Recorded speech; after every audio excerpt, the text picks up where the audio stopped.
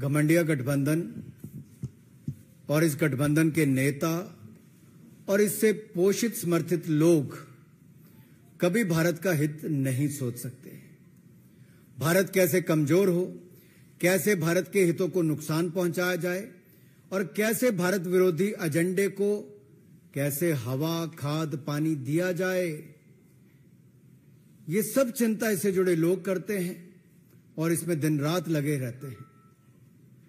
भारत लंबे समय से दुनिया को बता रहा था कि न्यूज क्लिक भी प्रचार का एक खतरनाक वैश्विक जाल है। और आज मैं आपको बताने जा रहा हूं कैसे घमंडिया गठबंधन, अगर मैं कहूं तो कांग्रेस, चीन, न्यूज क्लिक सभी एक भारत विरोधी गर्भनाल से जुड़े हुए हैं। Congress, China, news click a part of a umbilical cord। और ये इससे सिद्ध होता है क्योंकि कुछ लोगों को तो ये भी आदत थी कि, और मैं नाम लेके भी कह सकता हूं, कि राहुल जी की नकली मोहब्बत की दुकान में चीनी सामान ये साफ नजर आने लगा है। चीन के प्रति प्यार ये दिखता था और भारत के खिलाफ दुष्प्रचार ये विदेशी जमीन पर भी और विदेशी न्यूज एजेंसियों के माध्यम से भी प्रोपेगेंडा के तहत होता था। एक एजेंडा था, anti India, break India campaign ये लोग चलाते थे। और इनके यहां सारा सामान चीनी है और चीन को सम्मान है।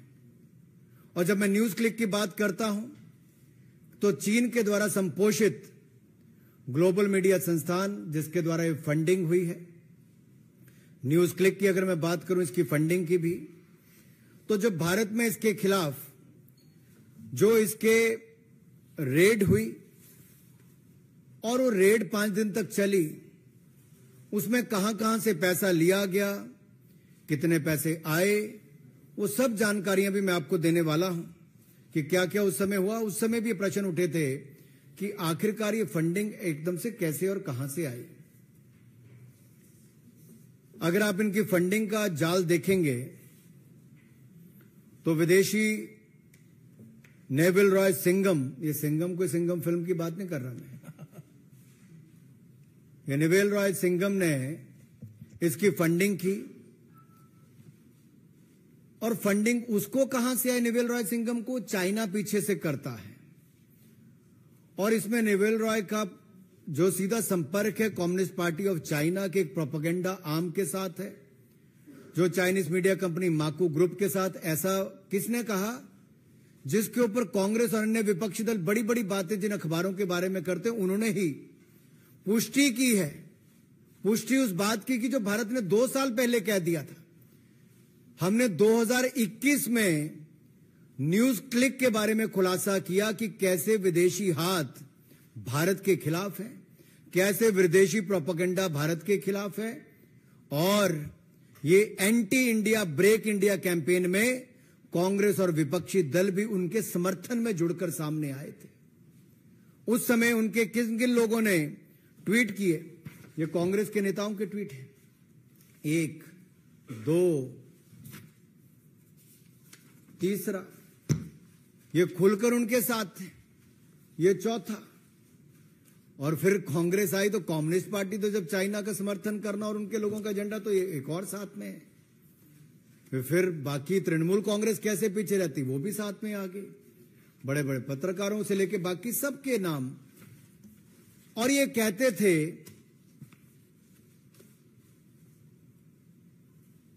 कि भारत सरकार फ्रीडम ऑफ प्रेस के खिलाफ कार्रवाई कर रही है। मैं इस पे भी आऊंगा।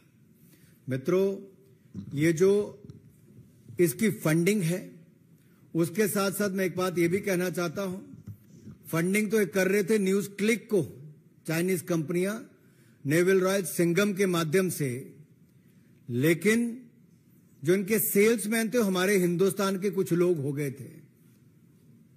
जब इनके खिलाफ कार्रवाई हुई तो उनके पक्ष में आकर खड़े हो गए और जो चाइना के नैरेटिव को बनाने के लिए ये लोग साथ में जुड़कर खड़े हो गए। भारत के भोले भाले लोगों को भ्रमित किया गया दुष्प्रचार के माध्यम से, और एक झूठा प्रोपेगेंडा, ये फ्री न्यूज के नाम पे फेक न्यूज परोसने वाले हैं और इनका समर्थन करके अपना राजनीतिक उल्लू सीधा करने वाली कांग्रेस पार्टी और अन्य दल ये फ्रीडम ऑफ प्रेस के नाम पर इनके साथ जुड़ गए। अब ये जो न्यूज क्लिक को जो पैसा आया, ये रूट भी कहां कहां से हुआ। ये गौतम नवलखा का नाम तो आपने सुना ही होगा। ये भी एक आरोपी है। किस केस में? एल्गार परिषद के माओइस्ट लिंक में जो भीमा कोरेगांव केस है, उसमें अभी तक जेल में ये है, अंडर हाउस अरेस्ट है, यूएपीए लगा हुआ है इनके ऊपर। और यही नहीं, न्यूज क्लिक को शुरू होने के कुछ महीनों के बाद ही करोड़ों रुपए दिए गए, और इन करोड़ों रुपए जब मिले तो उसमें से 1.5 करोड़ रुपया एक इलेक्ट्रीशियन को दे दिया। अरे 1.5 करोड़ रुपए एक इलेक्ट्रीशियन को दे दिया, तब तो कांग्रेस और बाकी दलों ने, राहुल गांधी जी ने, किसी ने सवाल खड़े नहीं किए। और यही नहीं, ये लॉस मेकिंग कंपनी का शेयर बढ़ चढ़कर दामों में खरीदा गया। आर्टिफिशियली एनहांस्ड प्रीमियम उस पर मिला। लॉस मेकिंग कंपनी के शेयरों पर जब आर्टिफिशियली एनहांस्ड प्रीमियम मिलता है, बढ़ा चाकर पैसा मिलता है, उस पर तो कोई सवाल खड़ा नहीं करते, लेकिन प्रॉफिट मेकिंग कंपनियों के शेयरों पर यह सवाल खड़ा करते हैं। जब भारत इसी कंपनी के ऊपर कार्रवाई करता है, तब तो उस पर सवाल खड़े होते हैं। लेकिन ये चीनी गंद की बदबू जब दुनिया भर में फैलती है और जो अमेरिका का एक अखबार इसके ऊपर अपनी रिपोर्ट निकालता है, तो दिखाता है कि फॉरेन मीडिया ने कैसे एक्सपोज किया है न्यूज क्लिक को, और चाइना के साथ साथ कांग्रेस पार्टी का हाथ भी इसमें कैसे उसका सहयोग समर्थन करने में है। और ये फॉरेन प्रेस के प्रोपेगेंडा और एजेंडा पर हम भारत को टुकड़े टुकड़े नहीं होने देंगे। चाहे कांग्रेस टुकड़े टुकड़े गैंग के साथ जाकर खड़ी हो जाए। राहुल गांधी जी बीच रात को जाकर उनके साथ खड़े हो गए, बाद में टुकड़े टुकड़े गैंग के लोगों को अपने आप में शामिल भी करा लिया। और इनके समय तो सीबीआई और ईडी पिंजरे में बंद तोता होती थी, लेकिन आज अगर वो ईडी कार्रवाई न्यूज क्लिक जैसी फर्जी संस्थाओं के खिलाफ करती है, तो उसके ऊपर ये प्रश्न चिन्ह खड़ा करते हैं। ये गलत सूचना के खिलाफ, मिस इन्फॉर्मेशन के खिलाफ युद्ध है, और ये युद्ध जारी रहना चाहिए। भारत सरकार की एजेंसियों ने अगर कदम उठाए हैं, तो भारत के खिलाफ दुष्प्रचार करने वाले, जो चाइना का एजेंडा लेकर दुनिया भर में नैरेटिव खड़ा करने का प्रयास कर रहे हैं, जो ये अंतर्राष्ट्रीय अखबार ने भी बात कही है, तो उसको मैं आपके सामने रख रहा हूं। और ये anti India break India agenda नहीं चलेगा। आडवाणी जी ने एक बार बहुत पहले पार्लियामेंट में कहा था कि जब देश के खिलाफ कोई खड़ा होता है, तो उसमें हम सबको इकट्ठे होकर आना चाहिए। और उन्होंने तो यह भी कहा था कि किस तरह से कौरव और पांडव भी एकजुट हो गए थे जब तीसरा कोई सामने आकर खड़ा हुआ था। लेकिन दुर्भाग्य देश का यह है कि कांग्रेस ने विदेशी लोगों के साथ हाथ मिलाने का प्रयास किया। और यही नहीं, जब इनको